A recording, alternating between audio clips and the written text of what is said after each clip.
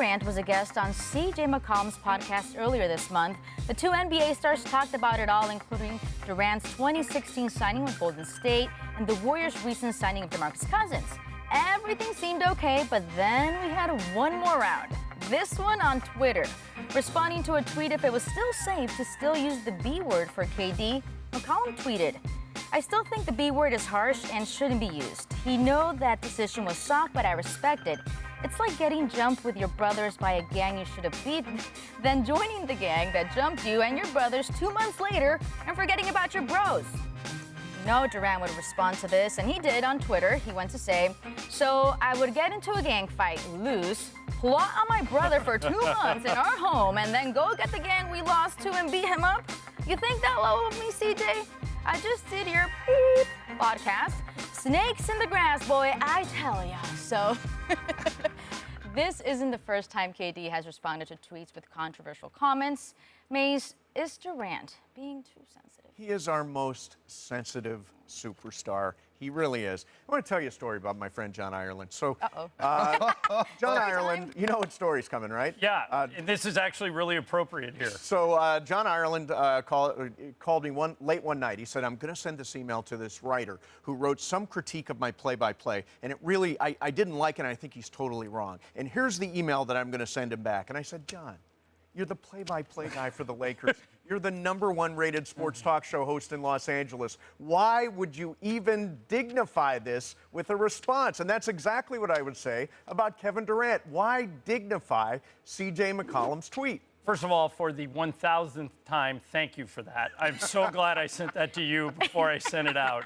And that was before the age of Twitter, yes. too. So the moral of that story is, if you're ever really mad at somebody and you're going to send something out, send it to one of your friends first. And as part of that story, what I've always thought, Neek, is that beefing down isn't smart. In other words, KD is 10 times more popular than CJ McCollum. By coming back at him, it actually makes it a bigger story, doesn't it? Well, I mean, I think you're right, but Kevin Durant beefing with CJ McCollum is actually a higher beef than normal, because Kevin Durant will beef with everyone. But to the original question, is he too sensitive? Like, too sensitive for what? No, he's not too sensitive. This is the amount of sensitivity that Kevin Durant has, and he exposes it. I think the problem that so many people have is that he's willing to expose it, and I don't have a problem with that. He's not the most sensitive superstar athlete. He's just the only one who shows it. I guarantee you there are plenty of athletes out there, superstar and less, who are being eaten up by the things that they read about themselves or the things they hear about themselves, but they take your advice and then they don't go out and respond, and it continues to eat them up inside. I'm fine. I actually like the new Kevin Durant, and he would probably disagree and say this isn't a new Kevin Durant, but his behavior outside to the fan base and to the media, I like this one a lot better, because this is the real Kevin Durant, and he's right. He did do CJ McCollum a favor by going on his podcast. Yeah, that's 100% true. And he essentially was kind of crapping on his team to CJ McCollum's face. If you wanted to say that stuff, you wanted to have that sort of tough talk, you could have had it then. But to be fair to CJ, he also was, I guess, defending him by saying that you shouldn't use the B word. But and then he came at him. But I mean, I agree with Kevin Durant. I agree with CJ McCollum's right to say the things that he said. But if you're going to say those things, they might get responded to by one of the best players in the universe. What would Michael Jordan do? I don't care. I don't care. What would LeBron James I don't care. No, the fact They're is, not him. Here is the, arguably one of the two greatest players in the universe at this moment. Two-time Finals MVP, MVP of the league. He really doesn't need to be so. I mean, let one of your burner accounts respond to something like this. You don't have to do it yourself. But to Dominique's point, there is something admirable about, no, I'm not letting that go. But I thought about something. I have a friend who's in the media who I finally convinced, just delete your mentions, man.